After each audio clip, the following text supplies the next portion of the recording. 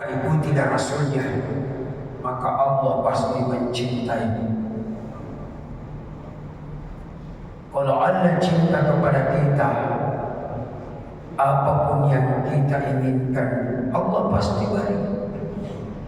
Karena tidak mungkin Allah mengecewakan orang-orang yang dicintainya, hamba-hamba yang dicintainya.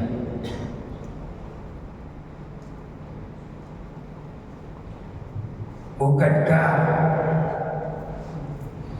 ketika Nabiullah Ibrahim alaihissalam didatangi oleh malaikat Israel untuk dijemput, dicabut nyawanya,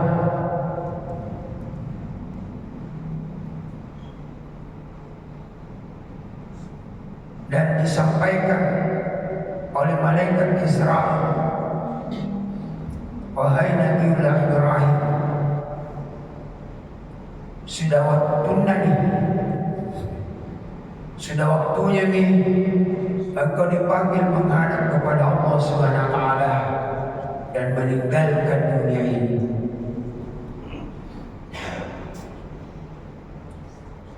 Ketika disampaikan bahwa diceritakan ketika hamba Allah dicabut nyawanya, itu sakit, sangat sakit. Bahkan digambarkan ketika Rasulullah akan dicabut nyawanya, diperlihatkan oleh Allah Subhanahu wa taala sakitnya itu sakratul maut. Ya. Maka Nabi memohon, ya Allah, sakitnya ini sakratul maut, kalau bisa ya Allah, limpahkan ini semua sakitnya kepada aku, dan jangan engkau limpahkan kepada umatku. Saking sayangnya dan cintanya Nabi kepada kita umatnya. Maka Ibrahim menyampaikan kepada malaikat Israel, begitu sakitnya itu sakaratul maut, apakah ketika engkau mencabut nyawamu Allah berikan rasa sakit itu? Maka malaikat Israel menyatakan, ini bukan urusanku, tapi saya berprinsip, kata Israel, tidak mungkin Allah menyakiti orang yang dicintainya. Karena Nabiullah Ibrahim adalah Khalilullah, kekasih Allah. Mana ada orang yang rela menyakiti kekasihnya? Bahkan seseorang yang dikasihi, orang yang mengasihinya itu rela berkorban untuk orang yang dikasihinya. Maka itulah sebabnya kalau kita mendapatkan cintanya Allah Subhanahu wa taala, maka Allah akan menjadi mata dari mata kita, penglihatan kita, menjadi telinga dari pendengaran kita, menjadi mulut dari lisan kita, menjadi tangan dari tangan-tangan kita, menjadi kaki dari kaki-kaki kita. Maka itulah sebabnya ya, seseorang jika dicintai oleh Allah Subhanahu wa taala, maka dia senantiasa dilindungi dan dijaga oleh Allah Subhanahu wa taala untuk senantiasa berbuat kebaikan dan dijauhkan dari segala macam bentuk keburukan dan kemaksiatan. Itulah bukti seseorang hamba dicintai oleh Allah Subhanahu wa taala. Sehingga Nabi bersabda, man ahya sunnati faqad ahabbani wa man ahabbani kana ma'i fil jannah. Siapa yang menghidupkan sunnah-sunnahku, artinya mengikuti Rasulullah SAW, maka sungguh dia mencintaiku, kata Rasulullah, Dan wa man ahabbani kana ma'i fil jannah, dan barang siapa yang mencintaiku kelak aku akan bersamanya di dalam surga. Bapak Ibu yang dirahmati oleh Allah Subhanahu wa taala, memang tipe kehidupan manusia hamba Allah Subhanahu wa taala di dunia ini ada 4. Pilihan pertama, saqiyun fid dunya wa saqiyun fil akhirah. Sengsara dan celaka di dunia, lebih sengsara lagi dan celaka di akhirat. Tidak ada kebahagiaan dunia dan akhirat. Ini tentu tidak ada yang mau memilihnya. Tipe yang kedua, sa'idun fid dunya wa saqiyun fil akhirah. Bahagia dan sejahtera hidupnya di dunia, akan tetapi di akhirat sengsara dan celaka. Ini tipe yang kedua, pasti masih belum ada yang memilih.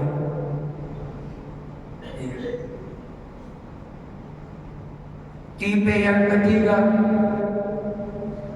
saqiyun fid dunya wa sa'idun fil akhirah. Sengsara dan celaka hidupnya di dunia, akan tetapi bahagia dan selamat di akhirat. Kalau seandainya tidak ada pilihan yang keempat, pasti ini yang dipilih. Biar sengsara di dunia, yang penting bahagia di akhirat, daripada bahagia di dunia sengsara di akhirat. Untungnya ada pilihan yang keempat, sa'idun fid dunya wa sa'idun fil akhirah. Bahagia dan sejahtera di dunia, dan lebih bahagia lagi dan selamat di akhirat. Inilah pilihan orang-orang yang beriman. Sehingga Allah menyampaikan kepada kita, ya ayyuhalladzina amanu udkhulu fis silmi kaffah wa la tattabi'u khutuwatis syaitan innahu lakum aduwwun mubin. Wahai orang-orang yang beriman, masuklah ke dalam agama Islam secara kafah, keseluruhan. Jangan setengah-setengah mengamalkan Islam, jangan sedikit-sedikit, jangan karena hanya ada kepentingan dan kebutuhan yang lain sehingga baru mengamalkan Islam.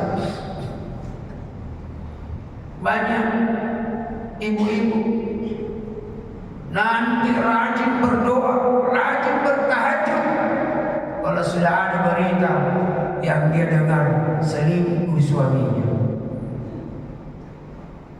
baru rajin berdoa, baru rajin tahajud. Ya Allah, suamiku, ya Allah. Nabi malaikat, dari mana kau selama ini? Tiba-tiba datang langsung minta tolong. Padahal Allah sudah beritahukan kepada kita, ya ayyuhalladzina amanu ista'inu bis-sabri was-salah.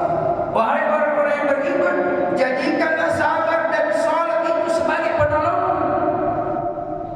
Jangan nanti rajin salat kalau ada musibah yang dikasih atau diuji oleh Allah langsung rugi bangkrut, baru rajin ke masjid. Selama ini gimana?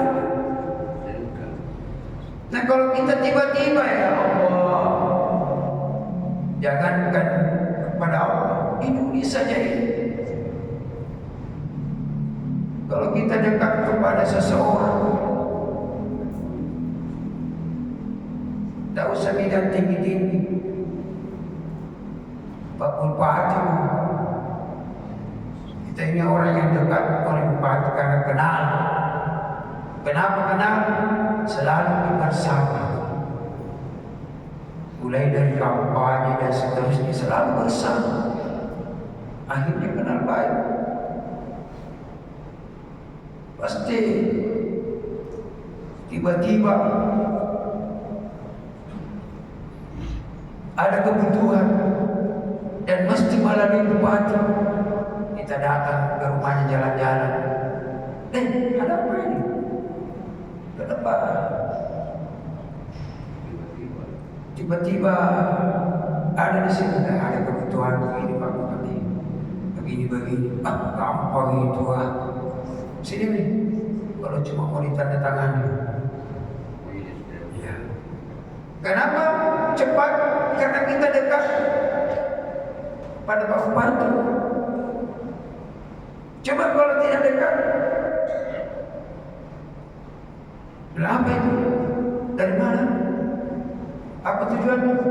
Lah ini ada yang mau ditandatangani. Pergi dulu ke kantor cabang. Sampai di kantor cabang, apa itu? Dari mana? Hanya betul. Pergi dulu ke Pak Lurah, ambil pengantar sesuai dengan prosedur. Sampai di kelurahan, apa itu? Ini mau ditandatangani. Dari mana? Dari RW. Pergi dulu ke RW minta pengantar. Diobor kirimkan itu. Kenapa? Karena tidak kenal. Apatah lagi Allah Subhanahu wa Ta'ala. Allah Subhanahu wa Ta'ala kalau kenal, ya, cinta dan sayang kepada hamba-Nya, ya, Dia akan menjadi pembela kepada hamba tersebut. Tapi kalau nanti ada masalah baru datang menghadap malaikat saja pencatat ini, dari mana ini orang? Tiba-tiba langsung muncul di sini. Maka oleh karena itu, jadikanlah salat dan sabar itu sebagai penolong. Jangan nanti ada kebutuhan dan keperluan baru mau salat, baru mau bersabar. Padahal hidup ini butuh kesabaran dan ibadah kepada Allah Subhanahu wa Ta'ala. Mudah-mudahan apa yang saya sampaikan dengan singkat ini ada berkah dan manfaatnya. Mari kita berdoa kepada Allah Subhanahu wa Ta'ala. Semoga kita dijadikan hamba yang terbaik di dunia, lebih-lebih di akhirat. Amin. Bismillahirrahmanirrahim. Alhamdulillahirabbil alamin. Hamdan yuafi ni'amahu wa yukafi mazida. ربنا لك الحمد كما ينبغي لجلال وجهك الكريم وعظيم سلطانك. اللهم صل على رسول الله سيدنا محمد وعلى اله وصحبه اجمعين. ربنا اغفر لنا ذنوبنا وارحمنا ولوالدينا وارحمهم كما ربونا صغارا ولجميع المسلمين والمسلمات والمؤمنين والمؤمنات الاحياء منهم والاموات. اللهم اجعلنا من عبادك الصالحين واجعلنا من عبادك الصابرين واجعلنا من عبادك الشاكرين واجعلنا من عبادك المحسنين واجعلنا من عبادك المخلصين واجعلنا من عبادك المتقين واجعلنا من عبادك العلماء العاملين. اللهم ربنا لا تزغ قلوبنا بعد إذ هديتنا وهب لنا من لدنك رحمة إنك أنت الوهاب. ربنا هب لنا من أزواجنا وذرياتنا قرة أعين واجعلنا للمتقين إماما. ربنا آتنا في الدنيا حسنة وفي الآخرة حسنة وقنا عذاب النار. وصلى الله على سيدنا محمد وعلى آله وصحبه أجمعين.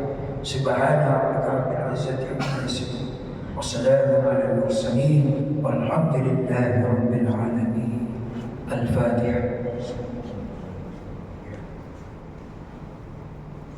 Amin ya rabbal alamin. Terima kasih atas perhatiannya. Mohon maaf atas segala kekurangan. Wassalamualaikum warahmatullahi wabarakatuh.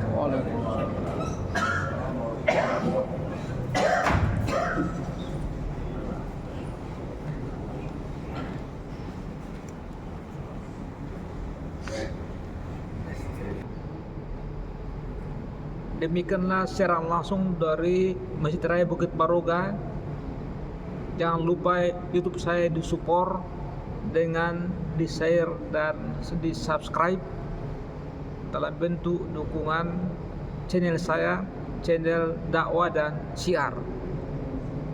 Semoga mendapatkan amal kebajikan bagi semuanya. Assalamualaikum warahmatullahi wabarakatuh.